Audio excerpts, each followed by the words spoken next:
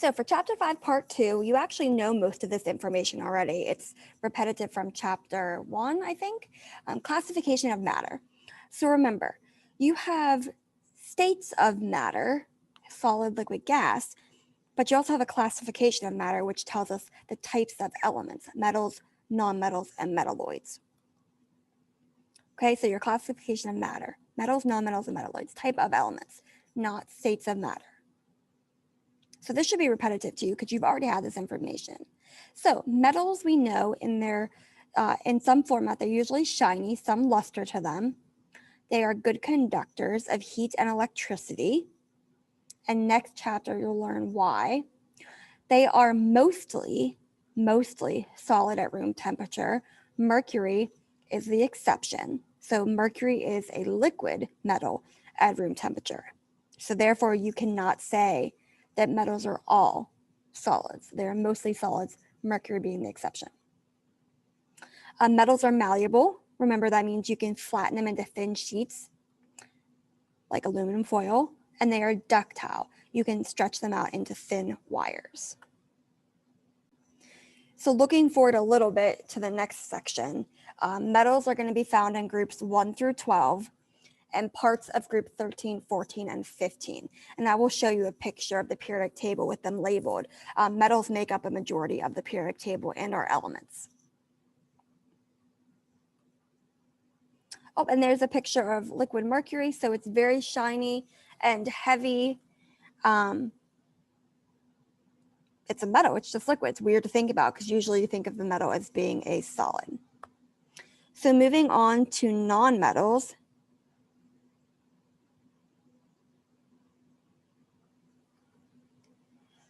Nonmetals lack luster. They're usually pastel in color and appearance. These are poor conductors of electricity. Mostly gases at room temperature, some solids. Bromine is also a liquid nonmetal, so the nonmetals also have a liquid. Bromine is pictured here. It's a very orangish reddish liquid, and this is used for disinfectants in like hot tubs. Bromine can withstand higher temperatures than chlorine.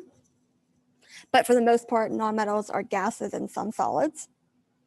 They are brittle, so they are not malleable or ductile. They're very crumbly in their solid form as pictured.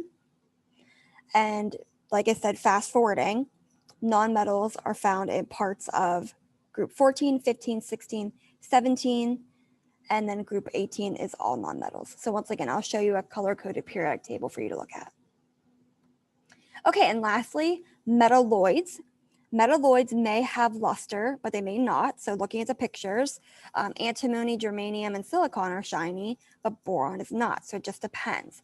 Remember, these have properties of metals and nonmetals, so they're considered semiconductors. They're not great conductors on their own, but you could add them to a good conductor to improve conductivity.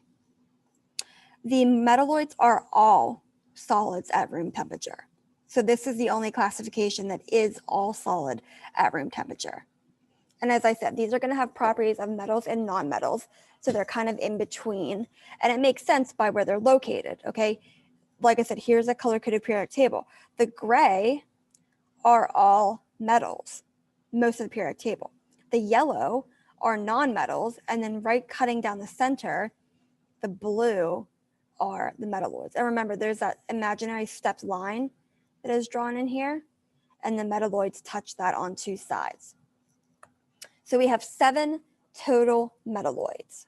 I don't necessarily want you to remember them, the names, because you should be looking at your periodic table, but you need to know there's 7. So boron touches on 2 sides, silicon, germanium, astatine, we haven't gotten to that element yet, antimony, tellurium, and polonium or polonium.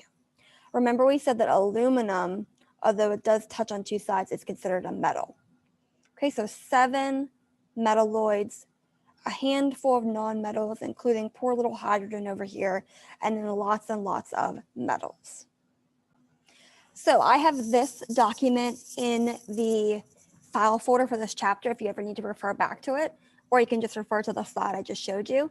So in this case, the pink is all metal, So a large chunk. The purple is non-metal. I know it's really hard to see because I scanned this. So hydrogen is purple, and then the very light stuff over here are all non-metals. And then metalloids are blue, which are highlighted right there. So that is chapter 5, part 2, classification of matter, types of elements, metals, non-metals, and metalloids.